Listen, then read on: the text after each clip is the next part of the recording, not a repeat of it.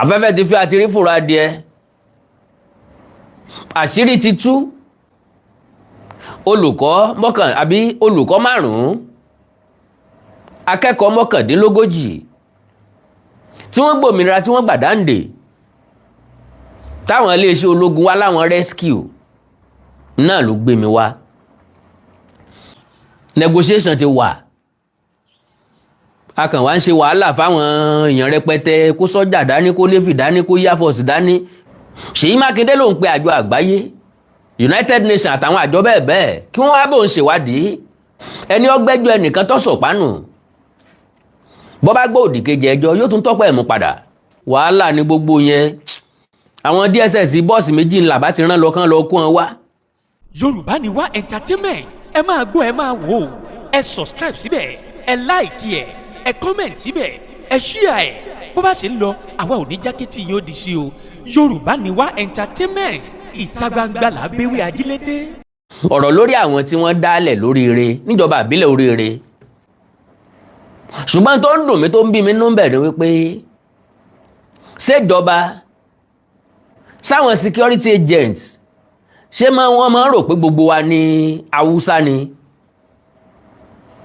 ṣé wọ́n máa ń rò pé gbogbo wa ní kò sẹ́ni tó gbọ́n láàrin wa mọ́ kò sẹ́ni tó nírònú tó láròjinlẹ̀ láàrin wa mọ́ ẹ lè blame wọn ilé ayé la wà tẹ́nìkan jáde tó ní ejò gbówó mì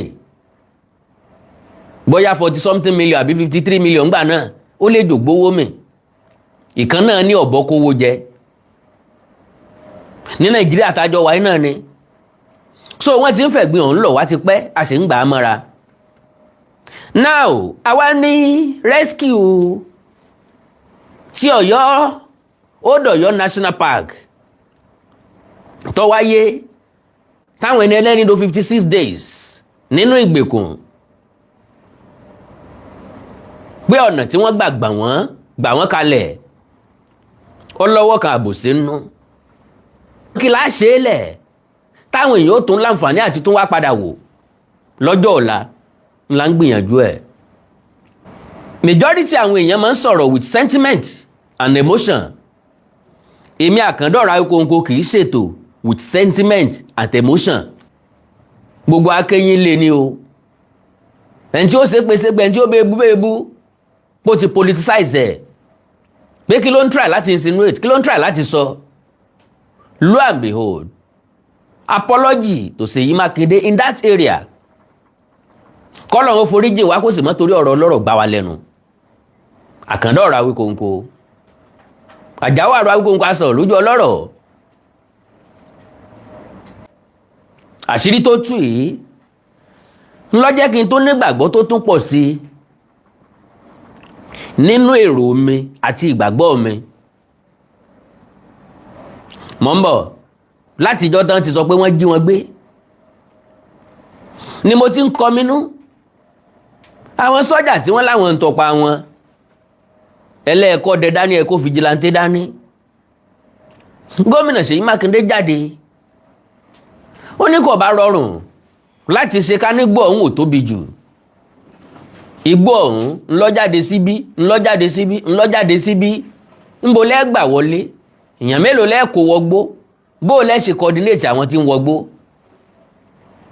so ó difficult láti ṣe now pé ló fa ìdíwọ́ táwọn security agent tí wọn ò fi ráàyè láti tètè rescue àwọn akẹ́kọ̀ọ́ pẹ̀lú àwọn olùkọ́ yìí ẹ jẹ́ kí lẹ́yìn ọjà wo olúfimọ́ lánàá tí mo ṣètò tán mo ṣètò lóru ńgbà tí wọ́n jí mo rí mẹ́sẹ̀jì àwọn èèyàn rẹpẹtẹ lórí fóònù mi kì í ṣe ẹ̀ṣẹ̀ rẹpẹtẹ àwọn èèyàn kọ̀ọ̀kan tàbí kí n pé èèyàn méjì péré ẹnìkan obìnrin ni ọmọ Ìbàdàn ni èmi máa ń sọ ìhà tí nǹkan kọ sí mi bí ọpọlọ mi ṣe gbé mọ́ bí mo ṣe rí sí bí mo ṣe rò pọ́ yẹ kó jẹ́ calculation mi initiative mi ìwọ̀nba ọgbọ́n àtọpọlọ tọ́lọ́ ń fún mi torí bí abámọ̀lúdé làákìlú mọ́ so màmá yẹn kọ lẹ́ntì epistle rẹpẹtẹ ntọ́kọ́nú ẹ̀ ní pé Ṣèyí Mákindé ò ní nǹkan kan lọ́pọlọ, iye owó báyìí ló kó jẹ, igbádogóje èrò wájà kinní kan, wọ́n wọlé kan, wọ́n ṣe kinní kan, ó ti talẹ̀ kan, ó ti ṣe kinní kan. Mo ní different case lélẹ́yìí láàyè ọ̀tọ̀. ní Ṣèyí Mákindé bá sowó òlu yín mọ́kúmọ́kú, wàhálà ilé ayé ìtànnù, ẹgbẹ́ lọ bí ó bá yẹ kẹ́ ẹgbẹ́ lọ, ẹ bá fa ń tọ́ bá yẹ kẹ́ ẹ bá fà. ṣùgbọ́n lórí ọ̀rọ̀ torí ire tá à ń sọ yìí, Ṣèyí Mákindé ní point. mi wá nítorí pé mo fẹ́ ńgbà tí Ṣèyí Mákindé ò gba nǹkan kan lọ́wọ́ mi ìsọmọ ìpínlẹ̀ Ọ̀yọ́, ń rajà lọ́wọ́ rẹ̀, ẹbí mi ò rajà lọ́wọ́ rẹ̀, kò rajà lọ́wọ́ wa, ó wà exchange owó rí. ńgbà woman yìí ó bọ̀rọ̀ jẹ́, ó wá ní ẹ má gbowó lọ́wọ́ Ṣèyí Mákindé o. so gbogbo àwọn nǹkan yẹn wà so irritating. gbogbo àwọn nǹkan yẹn ṣe kí ni ó wà irritating. mo ò gbé irú nonsense wo leléyìí sọ yìí, right away mo block mọ̀mọ́ yẹn dànù. irọ́ ìpa ó ní I think your perception over the rescue of kidnapped victims has to change, trust me. Nigeria is a sovereign nation. Governor Seyi Makinde doesn't have his families and children. None of them are living in Oyo State. Bí ó bá wùyàn ní family ẹ̀ lè gbé náà. eléyìn iṣẹ́ tọ̀dọ̀ tí kìí ṣe tó kan èmi. níbi tó bá ṣe kí ni níbi tó bá wùyàn ni mọ̀lẹ́bí onítọ̀ lè gbé. níbi ó bá wù Ṣèyí Mákindé ló lè fẹ́ bí ẹ̀ sí. So in Oyo State he governs, looking like a shit hole. Just take a look at the primary school, nursery school. I'm sure his dogs or chicken, he will not put them inside. Talk less our children. Ẹ lọ wo gbogbo school káàkiri state. Primary and secondary school tó jẹ́ ti government káàkiri state. Kò sí èlé tó dá ń bẹ̀. Tẹ́ bá ń sọ tìpínlẹ̀ Ọ̀yọ́ yàtọ̀ sí Lagos State nìkan. Tẹ́ bá ń sọ tìpínlẹ̀ Ọ̀yọ́ ẹ lọ ìpínlẹ̀ Ògùn kẹ́ lọ fojú lóúnjẹ. Ẹ wá ìpínlẹ̀ Ọ̀ṣun kẹ́ wá fojú lóúnjẹ. Àwọn iléèwé táwa ti ka primary school gbogbo àwọn kíláàsì yìí ò sí ń bẹ̀ mọ́. Àwọn iléèwé tá ti ka secondary school gbogbo àwọn classes yìí ò sí ń bẹ̀ mọ́. Ọ̀pọ̀lọpọ̀ iléèwé ló ti dájere. Ọ̀pọ̀lọpọ̀ iléèwé ló ti wó dànù. Ọ̀pọ̀lọpọ̀ yàrá ìkàwé ló ti wó dànù. So tí Ṣèyí Mákindé ò bá ṣe nǹkan kan ń bẹ̀rùn ọlọ́nà tẹ́ fi gbà tẹ́ fi bá ṣẹjọ́ lé lórí. Now gẹ́gẹ́ bí nǹkan tí mò ń sọ, ìkan nínú àwọn torí kó yọ nínú ìjàmbá ọ̀hún, nínú ìṣẹ̀lẹ̀ ìjínigbé ọ̀hún, Mr. Sakios Ọlátúndé, bàbá yìí sọ̀rọ̀, ó ṣàlàyé bí ìrìn àjò àwọn ṣe jẹ́. Torí pé ẹnìkan náà bá mi sọ̀rọ̀ láàárọ̀ yìí, ó pè mí mo miss kọ́ọ̀lẹ̀, òun náà jẹ́ sọ̀rọ̀sọ̀rọ̀.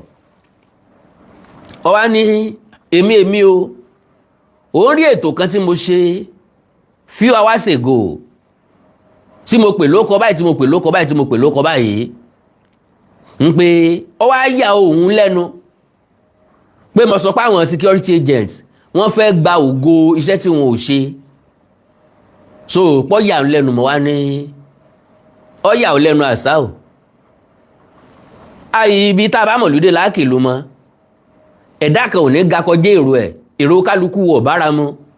Bọ́lọ̀ bá ṣe kẹwa kò bára mu. Bá a ṣe rí nǹkan ọ̀tọ̀ọ̀tọ̀. Mo ní we see things differently. Kó sì má gbàgbé pé analyst lèmi. Nbi tí n bá rí ni mo máa sọ, n tí n bá rí ni mo máa sọ, bó bá ṣe rí lójú mi ni mo ṣe máa sọ. So ló nítorí tilẹ̀ ń tọ́lọ́run ó sì panu ẹ̀ mọ́ àsìkò ti fóònù ọ̀rọ̀ sì lọ. Now kóńtọ̀ náà wá tẹ́sí ẹ̀bẹ̀lẹ̀ jẹ́ kó wá fi gbéyàwó ọ̀rọ̀. Àwọn òṣìṣẹ́ nítorí àtẹnujẹ àbí torí ń tá jẹ nìkan, à ń ṣe nítorí ọ̀la nítorí legacy, torí pọ́lọ̀ ọba ní gbé ní ga. Ṣùgbọ́n ìyẹn ló jẹ́ pé bá a bá ṣe rí nǹkan tiwa náà là á ṣe sọ. Now Mr. Sakios Ọlátúndé,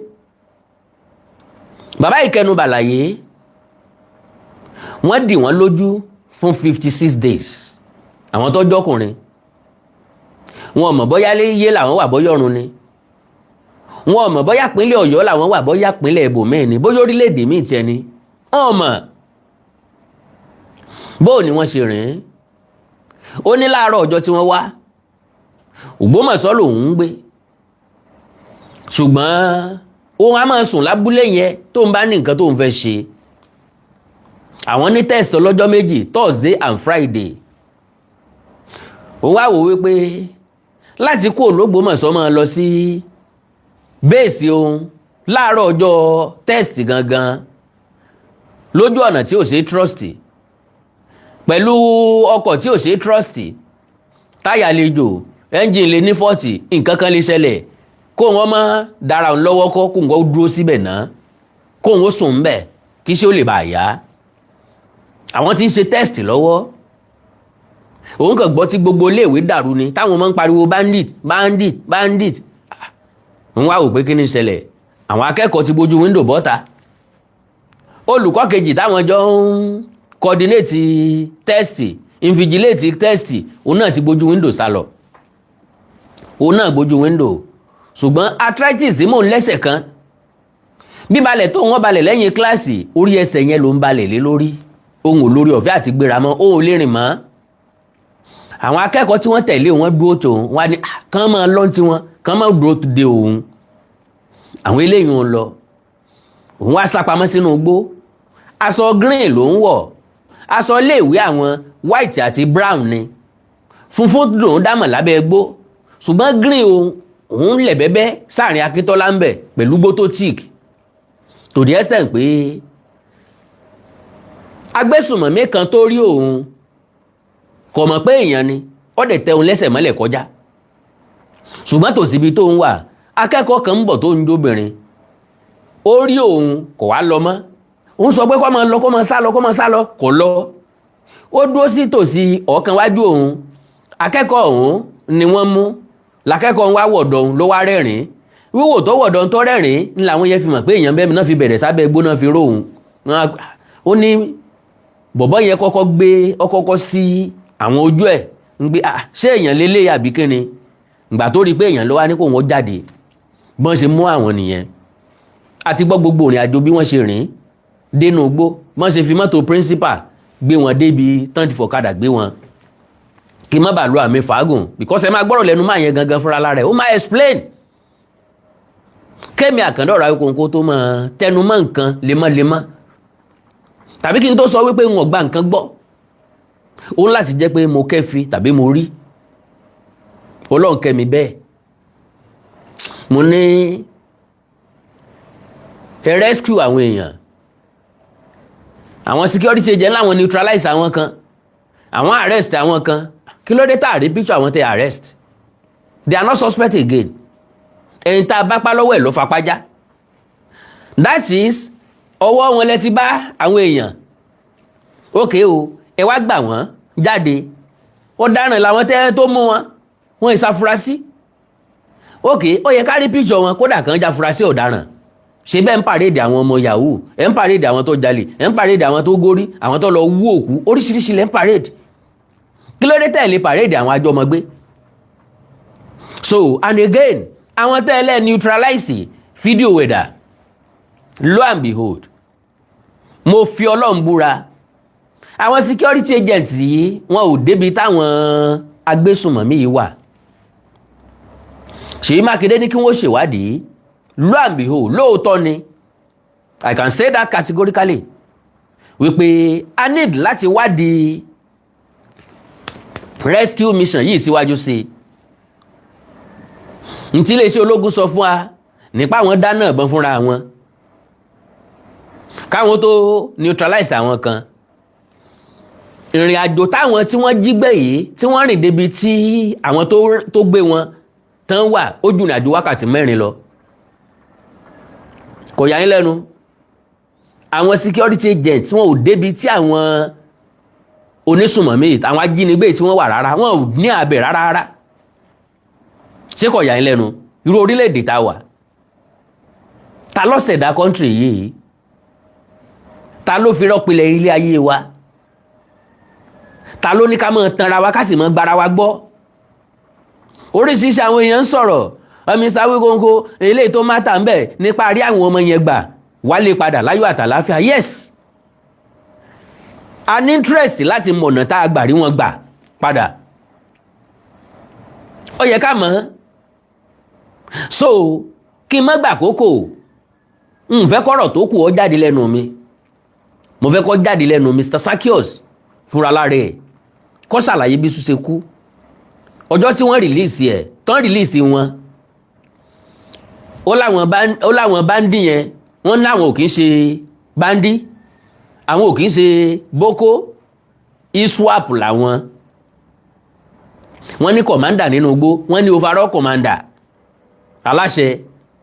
Now ọjọ́ tí wọ́n fi àwọn lẹ̀ yìí, wọ́n kàn déédéé dé láàárọ̀, wọ́n dẹ̀ ń bá wọn ṣàwàdà.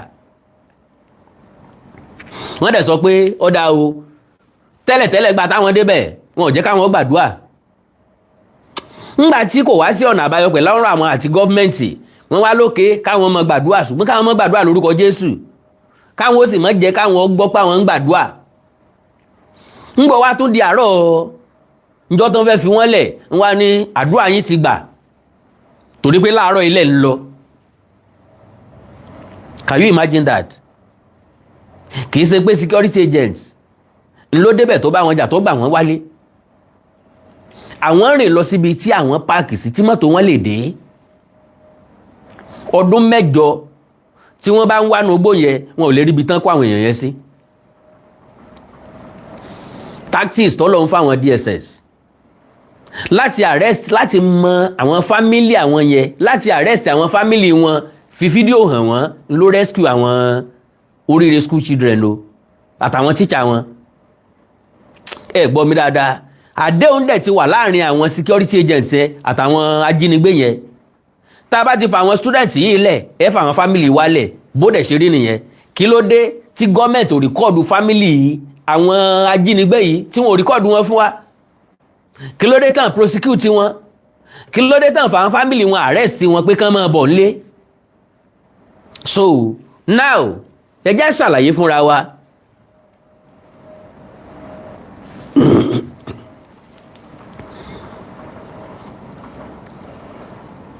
Mọ̀ ń bẹ̀ mọ́ bínú o. I did not know I can walk.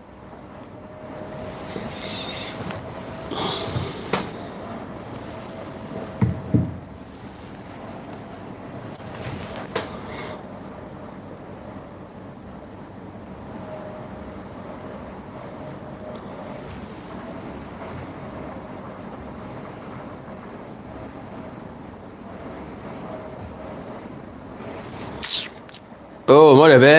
Okay.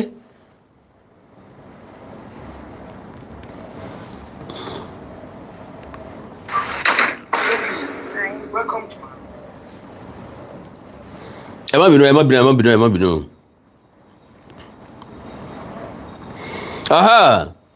And if I may ask, if finding the source for the rescue mission, who will you hold accountable? The federal government or the state? Kò sẹ́ni tí mo lè hold accountable náà méjèèjì. They both tried their effort. Ẹ má ṣì mí gbọ́ o. Ṣèyí Mákindé gbìyànjú on his own side. Ibi tágbára ẹ mọ ó ṣe dé. Federal government gbìyànjú on their own side. Àwọn security agent ló fún wa ní gbódídí sán. Àwọn tó wọnú gbó lọ. Tó lè wá jábọ̀ fún federal government, jábọ̀ fún state government. Àwọn ló parọ́ fún àgbà tán dé. Kò sí nǹkan tó ní kẹ́ mọ́ sòótọ́. Àwọn èèyàn yìí rìn wá bá wa ní o. Àwọn ajínigbé yẹn ti fẹsẹ̀ fẹ́. Ọ̀nà tí wọ́n gbà lọ àmọ́ adúpẹ́ parí wọn láyọ̀ àtàláfíà. Gbogbo a máa gbà kámú. Federal government ò jẹ̀bi. Gbogbo alájọ jẹ̀bi insecurity ní Nàìjíríà. Ṣùgbọ́n federal government ò jẹ̀bi, wọ́n sápá wọn. At least wọ́n ru àwọn èèyàn dìde láti lọ. State government ò jẹ̀bi, ó take proactive action immediately tí ṣẹlẹ̀. Ṣèyí Mákindé ò jókòó, àwọn security agent lọ́yọ̀ state wọn ò jókòó, ti federal ò jókòó. Ṣùgbọ́n àwọn tó wọnú igbó àmọ́ límìtì tẹ́ṣẹ́ tán ṣe. Ìbéèrè tí mo béèrè ààrẹ ni dá mi lóhùn. Ọjọ́ mélòó náà lò nínú igbó? Kí làwọn security agent ń jẹ́ nínú igbó? Ọjọ́ mélòó náà fi padà wálé? Ìrìn àjò tí wọ́n rìn ó yé mi pé wọ́n ti mọ̀ wípé àwọn ó gba àwọn èèyàn yìí, wọ́n dẹ̀ ti mọ sport táwọn ó ti rí wọn. Àdéhùn ti jọ wà láàrin àwọn àti àwọn ajínigbé yìí. Ẹ má màmá já, ẹ má yọnu púpọ̀. Ẹ má dààmú rárá. Ẹ já gbọ́rọ̀ lẹ́nu ẹni tí wọ́n jí gbé.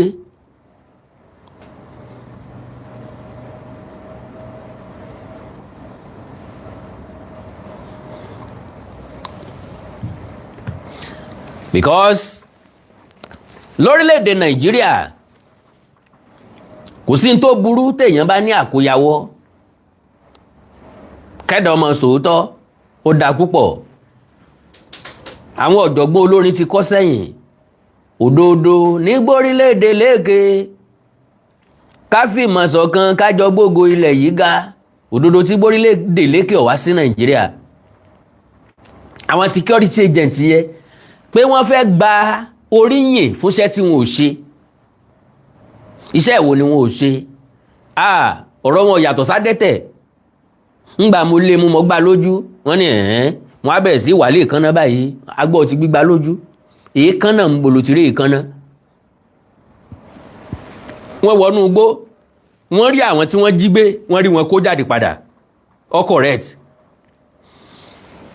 A gbé pẹ́rẹ́gì ìbọn kaná pẹ̀lú àwọn tá a bá nú igbó, a arrest àwọn kan, a neutralize àwọn kan, wọn ò arrest àwọn kankan, tàbí kó jẹ́ pé ọ̀tọ̀ làwọn tí wọ́n arrest, wọn ò dẹ̀ neutralize ẹnì kankan nú igbó.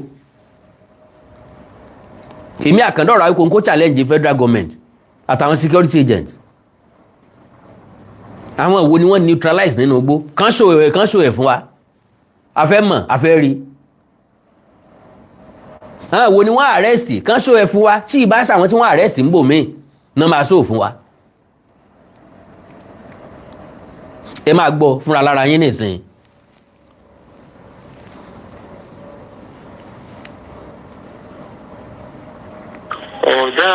On that particular day, because I stayed over in that community, I slept over there. So I did come from Ogbomoso, but I stayed over there on that particular day. So when I got to school, when the students were coming, so when they came, I was the only staff in school, and we are having tests. We are conducting tests for that Thursday and Friday. So I took the GSS 1 to 3 to the school hall to go and conduct test for them, because I know the difficulties you do encounter when coming to school.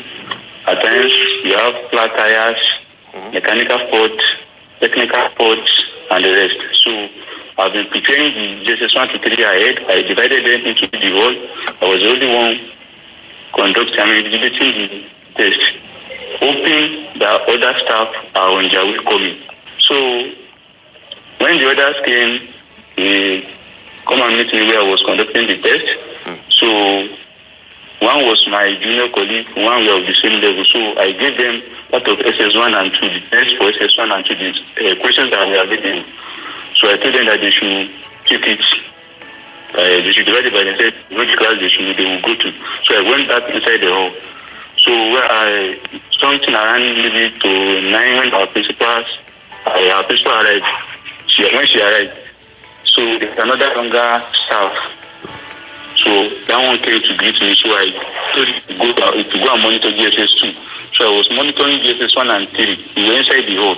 So I and that junior colleague, we were at the back. We were not at the front of the school. So we don't know much that happened. So we were in the hall with the students. The other staffs were in front because the hall was at the back. So we can't see what was happening in the field and other places. So what we just had, we just heard the moment of a bike. Immediately we had a shot of gun. They were shooting sporadically. So our students, the voice we were hearing from our students, they were saying, bandit. And prior to that time, I had arthritis on my left leg. Okay. So I was unable to walk. I was just like, my movement was not that okay. I was just managing myself. So Yoruba do say, there's nothing I could do. I didn't, it is my own work. I will not go to school that week. But I need to manage to go.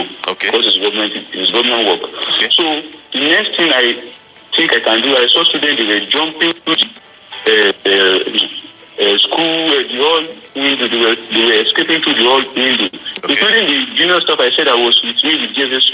He jumped through window and they were running inside the bush. The thing I could also do was to jump through the window. So when I jumped through the window, when I wanted to land, I landed with the left leg. I had arthritis. Oh my God. So immediately I knew, there is problem today. So I was unable to walk. All other students that flew through the hills that with me. So we were moving together. I was still managing to move. So I was drawing them. They were moving with me. They were saying that I was telling them, let's go. We were going together. So until we get to the spot, I was unable to move again. So I told them, please, you go. Don't worry about me. I said, don't worry about me. Just go.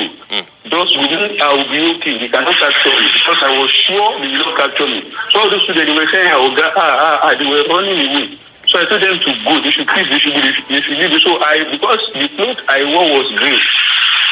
The color was the same, the grass where I was. So I lay down inside the grass. The grass was as tall as I did. So I hid under that grass. So I used one of the thick leaves to cover my leg so that they will not see my leg. And immediately I saw another student coming towards me. So that one saw me. She said, Oga, I said you to go. Don't stay with me because our uniform was white and brown. I know they will see the appearance of that clothes, that white clothes, if they bend down. I told that girl to move. The girl did not move. The girl now went to stay in my front. So when their commander was coming, he didn't know that I was human being. So he passed by me. He did not know. So he saw the white uniform. Hello? Yeah, of the student. Yes, of the student. So he wanted to go and take that student. So when he got to the student, he unpicked the student. So when he unpicked the student smiled. I don't know what happened to the student. When the student smiled, the student looked at the position I was. So their commander also looked at me. So he looked at the position that girl was looking at. He saw me. So when he saw me, he opened his mask. He was thinking like, is this human being or what? You know, I said he has passed by me and he didn't know that I am a human being. So he opened his mask. So when he opened his mask, like me, is this human being? So he told me, stand up. That was how I was captured. Oh. So that was what made it difficult because when I got home, my wife was telling me that everybody was saying, they trust me, they cannot capture me. If it turns to running, nobody can meet me.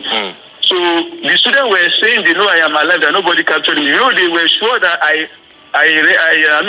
hid somewhere. So that was why it was difficult for everybody to believe I was part of those that were taken, that was abducted. All right, so how is your leg, Namin? How is your health, your body? How is your leg? Actually, when we were going there, it was miraculous. The leg that I have spent up to 5,000, I have tried many hospitals, that I have bought many medicines and used. When I got there, when I complained to them, they just gave me one drug. When I took the drug, the arthritis went. Actually, I've been working there. This is the 6th year I've been working in that school. So when I did the employment, that's where I was posted to, until now I am still in that school. So we have been hearing some scenario of bandit attack, but this is the first one that is pertaining to coming to school to abduct school staff and students as well as pupils. We have been hearing before that they have been kidnapping people, seeking for ransom, and the rest. Okay. What kind of support have you received, from the authorities? I know you were kept in the hospital at 2 Brigade, if I'm not mistaken, at the hospital there. Then they took you all to Lautech Hospital. So are you currently receiving any support, psychological support, financial support, just to help you get back to yourself? Is there anything that you're getting? Because you know that some promises have been made. For instance, the principal got some promise of a car, from a number of persons. So are you and your other fellow teachers who were abducted also getting any support? Actually, the utmost support for now should be health wisely. Okay. And the government, in person of His Excellency Governor, he has tried. He tried his best. Okay. And we thank God that the best, God has favored and honored the best he tried. Okay. Okay, but you've not gotten any financial support? We have tried their best. We have all been discharged except for some maybe 2 or 3 kids. Okay. Pupils rather, that they are still in the hospital. Okay. Because I was discharged yesterday night. Okay. Okay.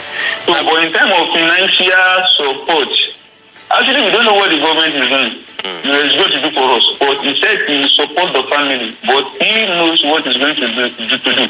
But for other people that have been coming with financial support, we only saw one. And that one was done when we were in Ibadan. So... Okay. And it's okay, you can believe whatever you want to believe as a content creator. They have delivered to the person that sent them. They send them out. And the federal government believes so. Who are you to ask otherwise? Maybe we should stop being foolish and sentimental sometimes. Ẹni tó wà nínú ìgbèkùn ló ń sọ̀rọ̀ yìí. Ẹni tí wọ́n arrest, ẹni tí wọ́n kidnap ló ń sọ̀rọ̀ yìí. Kìí ṣèmi ni mò ń sọ̀rọ̀. Ẹ má máa wà sentiment, ẹ má máa wà too emotional. Ẹ má máa ṣe bí ẹni tó mọ gbogbo nǹkan tán. Ẹ má jẹ́ ní tó farabalẹ̀. Tiwa ni láti ní tó bá ṣókùnkùn láti wá síta. That is my own. And that is my life. That is part of me. I don't care about what anybody see, what anybody believe. Ntẹ́mi believe ọ̀tọ̀. Ntọ́lọ́ fi dá ọpọlọ fún gbogbo wa nìyẹn. So ẹ jẹ́ ká take it easy. Èmi kọ́ ni mò ń question government. Ọ̀rọ̀ tẹ́ni sọ ló question government. Ló question authenticity security agencies. Ẹ jẹ́ ká lo sense ìwé ẹja farabalẹ̀. Ẹ̀kọ́ ni gbogbo à ń kọ́ nílé ayé. Just envelope every one of us. Okay. So, well, in terms of our principal, we are just saying maybe the principal has been given 2 or 3 cards, but I don't know how sure it is. No. As at now, gbogbo àwọn tí wọ́n rescue yìí, promise nìkan wọ́n gbọ́, wọ́n ti fulfill kankan bẹ̀. Ìyẹn náà tó discuss. Okay. Rumors and fake news and the others. Kò tí ṣàlàyé bá ṣe rescue wọn. But the one I'm sure is that everyone was enveloped when we were in Ibadan. Okay, by a good Samaritan. How did you survive for 56 days? Were you being fed by these terrorists? Because I tell you what, the whole country was. For all 56 days, wọ́n fẹ́nu kátá. Rice àtepo. Rice àtepo nìkan ni wọ́n ń jẹ. Wà kí á fún mẹ́yàn o.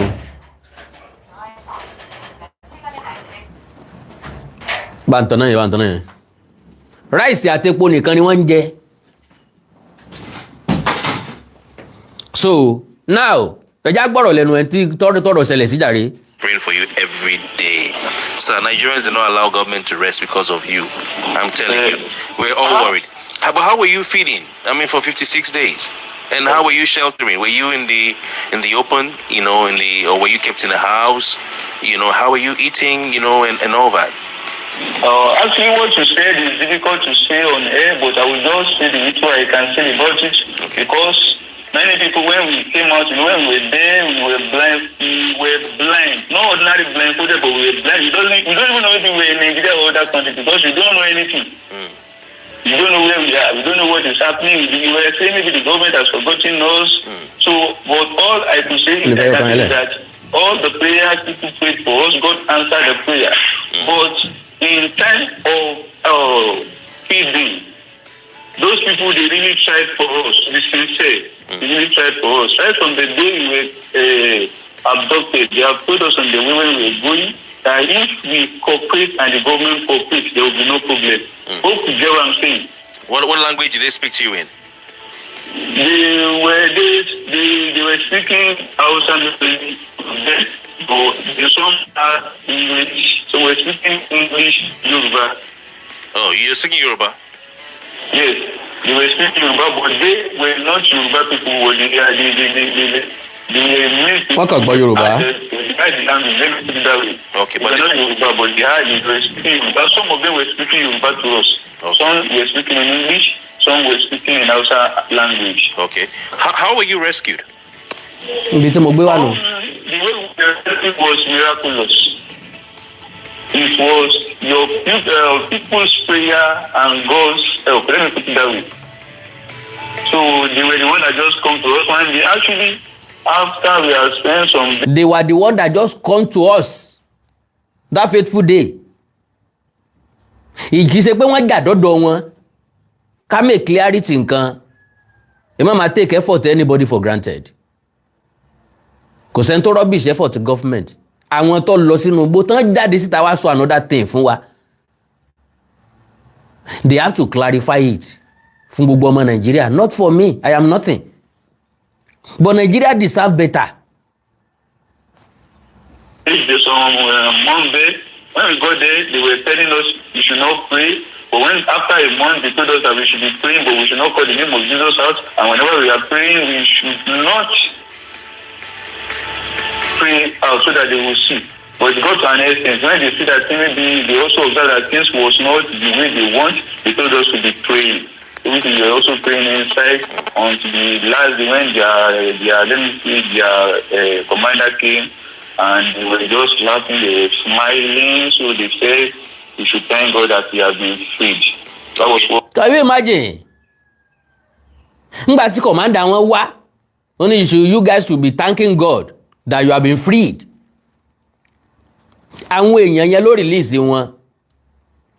Ọ̀nà tí wọ́n gbà release wọn iṣẹ́ àwọn DSS ni. Ẹ má ṣì mí gbọ́. DSS ti ní family wọn lọ́dọ̀. Wọ́n rìkọ́ọ̀dù fídíò fámílì wọn wọ́n sẹ́ǹdì ẹ̀ sí wọn wọ́n wò ó ìwọ ń bí dáadé ẹ lélẹ́yìí sì bí màmá rẹ rèé ń bí ìyàwó rẹ rèé ń bá àwọn ọmọ rẹ mẹ́tẹ̀ẹ̀ta lélẹ́yìí wọ́n ti jẹ́ kí wọ́n rí bí nǹkan bá ṣàwọn tó wà nínú igbó àwọn èèyàn náà ò ní kú òǹbí láyọ̀ àtàláfíà ẹ fi àwọn èèyàn yẹn sílẹ̀ káwa náà release àwọn mọ̀lẹ́bí yín nǹkan fi release wọn nìyẹn o bọ́ǹgbà táwọn security agent dé kí ni ìròyìn tí wọ́n fún wa mò ń bọ̀.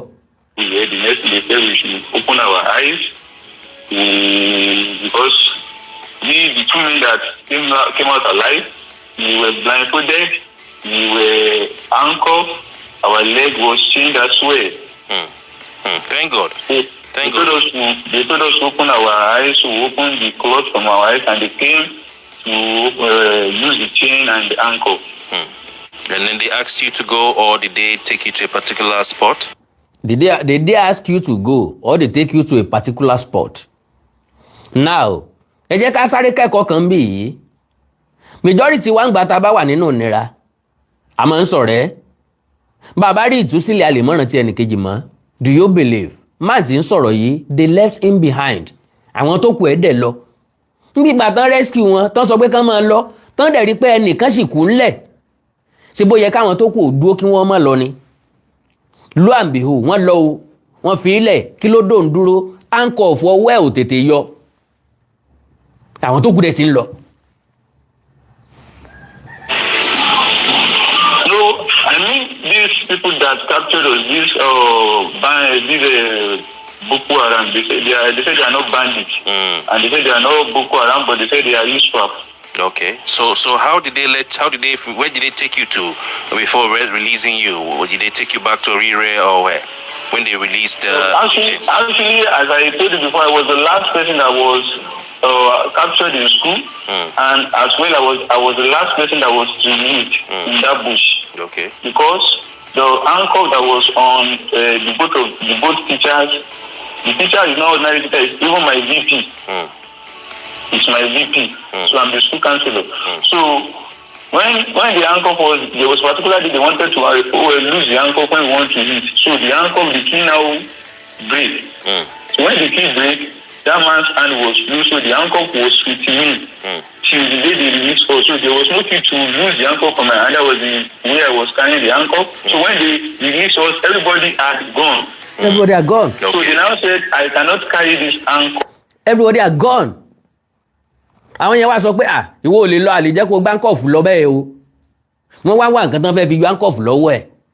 Ìkànnì wọn suggest pé ẹja gé ọwọ́ wèrè dànù jáde kọ̀mándà wọn ló wá ní no now kí lè fẹ́ gé fún ẹ jẹ́ ká ní sùúrù wọ́n ẹ̀ṣẹ̀ bẹ̀rẹ̀ sí ní try láti yọ ńkọ̀fù yẹn kúrò. Sáwọn sọ́jà lọ rescue wọn bẹ́yẹn. That they will look for a way to lose the uncle. So God bless you. They said they engaged the bandits and which led to the death of the soldier. No. Ní ìbẹ̀rẹ̀ ọjọ́ tí wọ́n kọ́kọ́ ọjọ́ tán kọ́kọ́ fẹ́ rescue wọn ni soldier yẹn ti kú kì í ṣègbà tí wọ́n lọ. Lóòótọ́ ni wọ́n sọ fún apá wọn engage wọn. Ńgbà tán débẹ̀ pé bọ́ àwọn wá neutralize àwọn kan, àwọn arrest àwọn kan, ìyẹn nírọ́, méjèèjì nírọ́, wọn ò neutralize ẹnìkankan, wọn arrest ẹnìkankan. Tán bá arrest èèyàn, tán bá jáde fún alọ́la pé àwọn arrest èèyàn kankan o, that means ọ̀tọ̀lẹ́ tí wọ́n dán wọ́n tán arrest. Awikonko, this shows that you did not pay attention to the information given by the government. The bandit accepted to release the captive after the bandit family was kidnapped. The same thing náà lájọ́ ń sọ. N táwa mú jáde ń bí nìsín, ó ní wípé àwọn sọ́jà ò ní kọ́ńtàtì kankan pẹ̀lú àwọn agbésùnmọ̀mí nínú igbó. Wọn ò ríra wọn, wọn ò fojú kanra wọn. Nǹkan jáde wá sọ fún wa ni wípé àwọn arrest 8 suspects. Àwọn dẹ̀ neutralize others. Tí iléeṣẹ́ ológun bá sọ fún wọn pé àwọn neutralize àwọn afurasí ọ̀daràn kan, ó túmọ̀ sí pé wọ́n pa wọ́n. Ìyẹn nígbà tí ìjà ṣe gun battle wáyé láàrin àwọn méjèèjì, àwọn kan ti kú, ìyẹn ni pé wọ́n neutralize wọn. Èmi wá jáde lánàá, mo ti ń sọ tẹ́lẹ̀ pé tán bá neutralize èèyàn, iléeṣẹ́ ológun máa kó òkú wọn wálé. Wọ́n lè pààyàn kan fílẹ̀ nú igbó, taná fílẹ̀ dé nú igbó. Wọ́n lè pààyàn kan fílẹ̀ nú igbó ṣá, wọ́n gbókù wọn délé. Gọ́ọ̀mẹ̀ntì ló mọ bí ó ṣe sin, bọ́n ṣe sinrú wọn. Àrí fútéèjì, àrókù àwọn tán gbé wálé, àrá àwọn tán àrẹ́sì, àwa kan ò believe. Ńgbà Ṣèyí Mákindé wá ní wọ́n láti investigate, majority wá kẹ́yìn bò. Ìpérú èèyàn wo ní gan, àmọ́ pé ó mọ nǹkan tó ń sọ. Àwa kan tó wá ń dẹ́ho ọ̀rọ̀ yẹn síwájú sí pé ọ̀rọ̀ ẹ̀ ò clear lóòótọ́. Ẹ gbọ́rọ̀ máa yẹn jàre, ẹ gbọ́ bọ́n ṣe fi wọ́n lẹ̀. Then say maybe they should cut off my hand. So the other side, no, they should not cut off my hand. Though, that they should not worry. That they will look for a way to handcuff me. So you now went to look for just small tiny rope. It was a tiny rope we used to lose the handcuff. Okay. So that was how I was also released. Okay. So my people had gone far. I don't know how the route they took. I was just hearing their sound. So I was just running towards. Sorry, ẹ má bínú ẹ̀yin èèyàn. Ẹni sọ wípé the soldier later ran after the bandits and they freed the captive and attacked them. No, láíláí. Ẹ má màmọ̀já. Distance táwọn ajínigbé yẹn wà sáwọn sọ́jà ó lé ní 5 hours journey. Màá proof ẹ̀ fún nínú tó wà lọ́wọ́ mi, ó lé ní 5 good hours journey or more than 4 hours journey. Wọn ò mọ bí tán lè trace wọn sí mọ́. Because fúnra àwọn tán release yìí ni wọ́n lọ rìn báwọn sọ́jà bí tí ìdọ́dọ̀ àwọn sọ́jà. Mọ́tò DSS ló fi bọ́ọ̀sì méjì ránṣẹ́ síwájú. Àwọn yẹn gan ò wọnú mọ́tò wọn torí wọ́n bìlì pé DSS ni wọ́n. Wọ́n bìlì pé lára àwọn Haúsá tó mú àwọn, lára àwọn Fúlàní tó mú àwọn náà làwọn tó dúró yìí pé bóyá àwọn fẹ́ kó nínú ayanran bọ́ sínú náà ni. Àwọn fẹ́ kó lọ́wọ́ kú bọ́ sọ́wọ́ àrùn. Kọ́mọ̀ jẹ́ pé wọ́n ń gbé àwọn lọ sórílẹ̀-èdè tán fẹ́ lọ tà wọ́n sí. Wọ́n wọnú mọ́tò yẹn. Until tí kọ́ tó wáyé tán tó gbẹ́ tó sọ Yorùbá pé ẹ fọkàn balẹ̀, ẹ farabalẹ̀, àwa náà la sọ pé kán wá gbé yín. Kò sí ìjà láàrin àwọn sọ́jà pẹ̀lú àwọn èèyàn yìí. Yes, God bless you, sir. The government said they neutralized some and capture 8 people. God bless you, sir. Ẹ jẹ́ mọ́ farabalẹ̀ tọ́rọ̀ bá ti ṣẹlẹ̀. Ẹ má gbọ́rọ̀ lọ o. Direction. Their commander called me again. He pointed gun at me. He said, "Come." When he pointed gun at me, he said, "Come." I was afraid that only me in this week. Is this how I'm going to die? That's it. He told me to come back. The ISWAP commander, the terrorist commander. The one inside the bush, their commander inside the bush. I can say maybe their chief commander. Let me put it that way. Their chief commander. He called me because I should come. Where am I going? I said, I don't know where I told you the route my people passed. Now told me to come. So when I got to him, he told me that I should take this route. Now, ṣé mọ̀ pé máà nìyí kò ní rísìn kankan láti parọ́. 56 days ni wọ́n fi aṣọ dì lójú. Ẹ wo inú òkùnkùn téèyàn wà for 24 hours for 26 days. Àwọn tí wọ́n fojú winá ogun lélẹ́yìí. So kò mọ̀ nǹkankan, kò mọ̀nà táwọn tó kù gbà. Ó wá fẹ́ gba ojú ọ̀nà kan, ó bìlí pé òun gbóhùn àwọn èèyàn. Ọ̀gá àwọn ajínigbé yẹn wá pè ń padà pé ń bo ló ń lọ òun rò pé ibi táwọn tó kú ń gbà ní pé ibẹ̀ yẹn kọ́ náà gbà o ibi ìná gbà náà tó direct ẹ̀ náà tó fìyàn tẹ̀lé lẹ́yìn kó tó lọ rìn báwọn tó kù lójú ọ̀nà àwọn tí ń lọ wájú ọ̀wẹ̀yìn kálukú ọmọ ibi tó rí ń gbé àwọn rè wọ́n rìn more than 40 minutes to 1 hour kí wọ́n tó débi tí ọ̀kadà ti ń dúró dè wọ́n láti gbé wọn láàrin inú igbó ọ̀kadà rìn more than 1 hour kó tó já wọn síbì kan wípé kí wọ́n mọ fẹsẹ̀ wọn rìn lọ ìgbà tán bá máa rìn 1 hour wọ́n á débi tí àwọn tí ó gbé wọn tó ti ń dúró dè wọ́n àwọn rìn close to 2 hours again ńgbà tọ́kadà sọ pé ibi tó ń lè táwọn ọ̀kadà sọ pé ibi táwọn lè dé tí wọ́n lè lè àwọn ò lọ mọ́ kí wọ́n tó ẹ̀sẹ̀ débi táwọn DSS park mọ́tò sí ẹjá mọ́ farabalẹ̀ ẹni tó wà ń bí ìṣẹ̀lẹ̀ lélẹ́yìí kì í sí ọ̀rọ̀ wọn ni wọ́n pé kì í sí ọ̀rọ̀ àgbọ́sọ látọ̀nù ẹnìkan. The road to the truth, so I was now run to the direction he told me the truth, so he followed me. So as I was running, I was looking at the back so that he won't shoot me. So we trekked from that place, like let me say, like 40 to 1 hour to where they provided motorcycle and main bike Okada that took us. We trek for 40 to 1 hour, 40 minutes to 1 hour. Káwọn tó débi tọ́kadà sí ń dúró dè wọ́n. From that bush, near to the nearest village. Okay, so when it was for like let me say 1 hour 30 minutes to that village, they now stop. They say they can't go further again. Ẹ ti gbọ́dọ̀ báyìí ìrìn tí ọ̀kadà bá rìn fún 1 hour 30 minutes àwọn tí kọ́kọ́ fẹsẹ̀ rìn 1 hour ọ̀kadà tó wá rìn another 1 hour 30 minutes ìrìn tó ọ̀kadà bá fi 1 hour 30 minutes rìn ẹni tó bá fẹsẹ̀ rìn how many hours ni ó fi rìn? That is number one. Also, they stopped and they told us to move with our leg.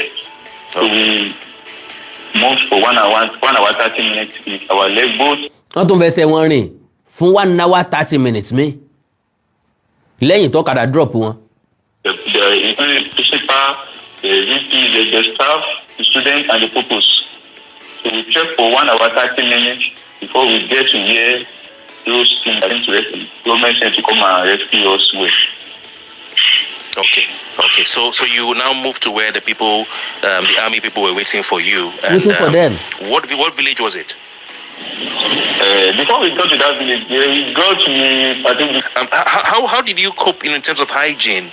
In terms of going to the toilet, having your bath, keeping yourself neat in such a very, very unsafe environment in the open with all the rain falling and all that. How did you cope with your personal hygiene? Actually, we are welcome back once again, as I said. So, in terms of hygiene, as I said earlier, they really tried in terms of feeding. Okay with me. All right, thank God. Usually when we go there, we were fed twice in a day, in the morning and in the evening. Okay. But the food they were giving us was just rice, little beans, with salt maggi, and oil. Okay. Throughout our stay in that place for that people, they did not taste anything called pepper. Okay. No pepper? No pepper, no lucy pepper. So we were eating only rice, little beans, onions, and maggi and salt. So when we all finished, we were eating only rice, maggi and salt. So we ate that for 7 good weeks. But as I said, they really tried in terms of feeding. You were talking about how, the commander came and, said, they should let you guys go. You almost lost your way. Yes. You almost lost your way, but you ended up finding your way to meet. Were you able to meet up with your colleagues and the children? Yes. Okay, yes. He followed me since he knows the route, so he followed me. So he was telling me to move. So I was running faster until I met them. Okay. And how did you guys make it to the village where you now met up with the? How did you leave? Were you on a motorcycle? Because it must have been a long distance. Yes. So when I said when he showed me the way when I was running to meet my people. So we trekked like, let me say, 40 to 1 hour before we go to where they provided the motorcycle for Okada for us. 1 hour? So it was... Hello? Yeah, you trekked for 1 hour? 40 to 1 hour. I can't say precisely because no, it's no more than 1 hour. Yeah, they provided just a motorcycle that will carry us. Okay.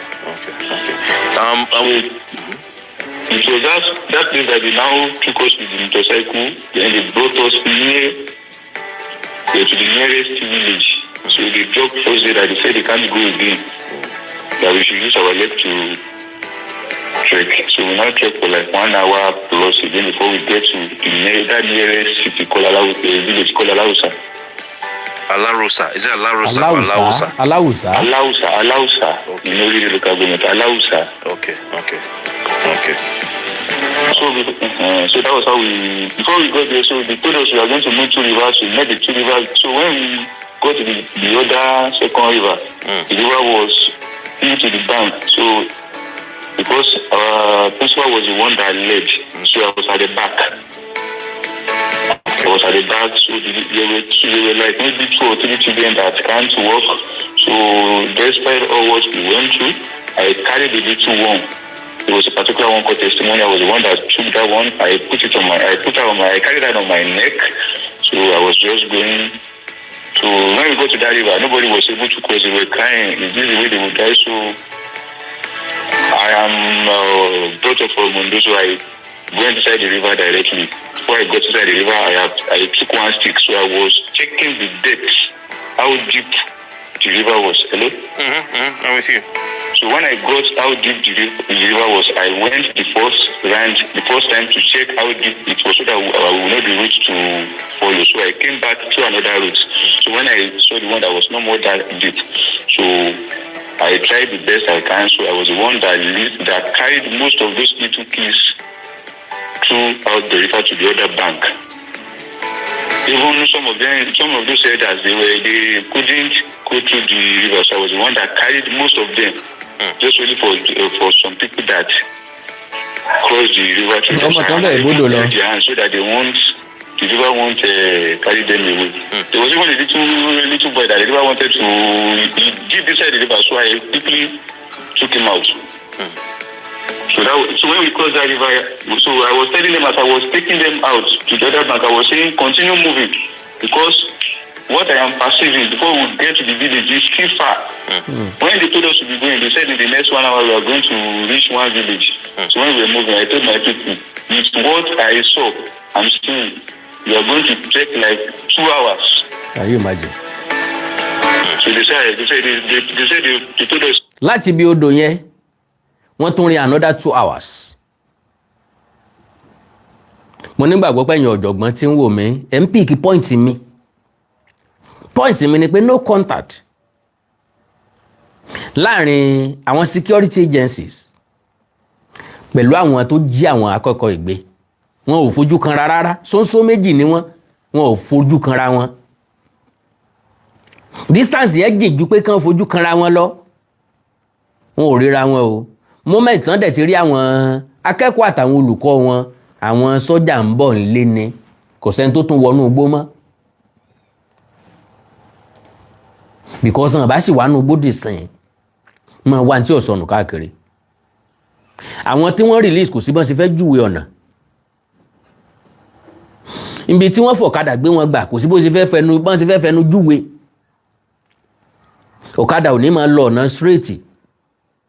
Rárá o. So ká níbi tí wọ́n ti ń dáko ni, tí wọ́n ti ń lọ lemọ́lemọ́, wọ́n lè ṣàpèjúwe tẹ́ bá dé igi mángòrò kan, ẹ wá rìn síwájú, ẹ wá rí igi ọdán kan, ẹ wá rí igi àgbálùmọ́, abẹ́ igi àgbálùmọ́ yẹn ẹ rí ànà kan lọ́wọ́ òsì, ìyẹn ló ṣe é júwe o. Pápápá. 1 hour. I think that is what they will tell you. They will not tell you it's like 2 hours. So the first one now said they should not go, that they should wait till everybody cross that river. Hello? I'm with you. So when everybody crossed the river, so we told our secondary school students that they should read. Because when I got to that river, you asked a question earlier, you said how were we taking our bait? So for that 56 days, we the teachers, we didn't take our break. But that àwọn teacher wẹ̀ fún dídí ọjọ́ 56 days wọn ò lè fọyín gan náà àbí àwọn tán so lọ́wọ́ tán so lẹ́sẹ̀ bó náà ìfẹ́ jẹun bó náà ìfẹ́ fọyín jàre. 56 days, we didn't wash our clothes. Wow. So when those guys were going, so immediately when they moved, like let me say 2 minutes, they ran back. They said, "Oga." I said, "What?" The principal said, "What?" He said that they saw 2 little J. They don't know. Now lẹ́yìn ìgbà tí wọ́n ti rìn tán ti kó omi odò tán ti rìn bíi 2 hours àwọn tí wá sọ pé káwọn akẹ́kọ̀ọ́ tó jẹ́ secondary school students káwọn ó sún síwájú káwọn máa lùsọ níwájú so that àwọn teacher rí bí máa monitor àwọn kéékèèké bọ̀ wọ́n á gbé àwọn tán bá lè gbé wọ́n fà àwọn tán bá lè fà lọ́wọ́ àwọn students yẹn ló wá sọ pé àwọn rí mọ́tò méjì níwájú náà wá padà wá bá àwọn ọ̀gá wọn àwọn tó ń bẹ̀ǹbẹ̀ ń dúró dè wọ́n ti mọ̀ pé wọ́n ń bọ̀ àjọsọyépọ̀ ti wà láàrin àwọn security agencies àti àwọn ISWAP clarification táwa ń gbìyànjú àti make nìyẹn kì í sàwọn gangan wọ́n rí ìjà wọn gbà lọ wọn tàbí páwọn yẹn wá ń sá ibi tán ti wá fẹ́ sá lọ ìròyìn tán kọ́kọ́ fún wa nìyẹn pé ibi tán ti wá ń sá lọ wọ́n wá ń bọ́ sọ́wọ́ àwọn security agents because ọ̀nà kan ṣoṣo làwọn security agents yìí ń tọ̀ they were moving in one route igbó yẹn tóbi ju tí wọ́n lè fọ́n ká lọ ọ̀hẹ́s security agent gan sọnù o omi tó bá mọ níwọ̀n láàárẹ̀ lásì ọ̀nà kan ṣoṣo báyìí ni wọ́n ń tọ̀ ní gbogbo wọn ń tọ̀ ẹjá bára wa sòótọ́ ọ̀rọ̀ so wọ́n kàn package àwọn fídíò díẹ̀ fún wa gbọ́n ṣe rìn lórí àpáta wọ́n ṣe tomato lera wọn advert session àwa náà ti rí polówó ọjà àti overwhelmed àwọn security agent wọ́n try o wọ́n ṣe gbá wọ́n ṣàwo o wọ́n try lóòótọ́ at least wọ́n ṣàdébì kan tán fi rá wọn tí wọ́n jí gbé tí wọ́n fi láǹfààní àti rí wọn tán fi gbé wọn wálé wọ́n try ṣùgbọ́n oríyìn tí wọ́n gbà ó pọ̀ ju iṣẹ́ tí wọ́n ṣe lọ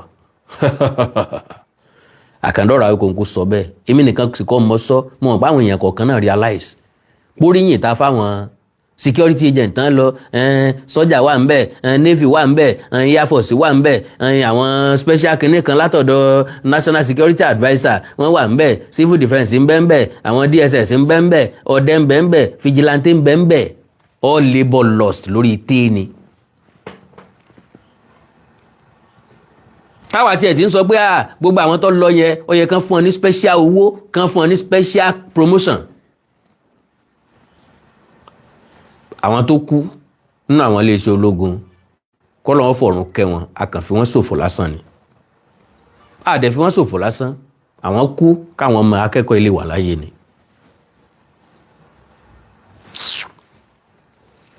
Prior to our release, they have been telling us in the bush that if government doesn't dialogue with them, cooperate with them, they are going to kill all the elders. They will take the students and the pupils, they will go and do all manners of things to them. So those students, including us, the staff, we were thinking we have gotten from frying pan to fire when we saw those 2 buses. So when we saw those 2 buses, we the teachers, so we were using kinesis, body language to communicate to ourselves what happened again. So we told them that they should show us their ID card. So they were the 2. Now wọ́n rà àwọn DSS wọ́n believe pé DSS ni wọ́n gbé mọ́tò dúró sílẹ̀ wọ́n ń dúró dè wọ́n ò wọnú mọ́tò wọn ò dẹ̀ jẹ́ káwọn ọmọ yẹn wọnú mọ́tò FID card yàn wá wọ́n FID card hàn wọ́n tó trust náà wọ́n láwọn rí tinted glass mọ́tò pé bọ́n bá káwọn nu ilé nísìnyí tán wá káwọn kúrò Nàìjíríà tán káwọn gba Republic of Benin lọ ta ni wọ́n mọ̀ pé àwọn ń bẹ nínú mọ́tò wọn ò wọlé ẹ mọ̀ gbọ́rọ̀ náà. The DSS that came to rescue us with the bus, they were the ones inside that bus. So they were now smiling. But what made us to be afraid, to panic more, is that they were speaking in Hausa language. Hello? Okay. So we were saying God scared us So my Hausa people, we now fall into another Hausa people again. Can you see the tragedy? So we were scared. So when we told them to show us their ID card, so they were just smiling. They said we should calm down. We should put our mind at rest. It is the government that sent them. Oh. So I look at the number. I told my principal, I said, I am afraid, I am scared. This motor has no number plate. They said it is true. This motor it is a thing. Ìjà bára wa sílé tí jòdòdó ọ̀rọ̀ bọ́ọ̀sì méjì ń péré làbá ti rán kí wọ́n lọ kún wọn wá nígbà tá a ti mọ̀ pé wọ́n ti fi wọ́n lé already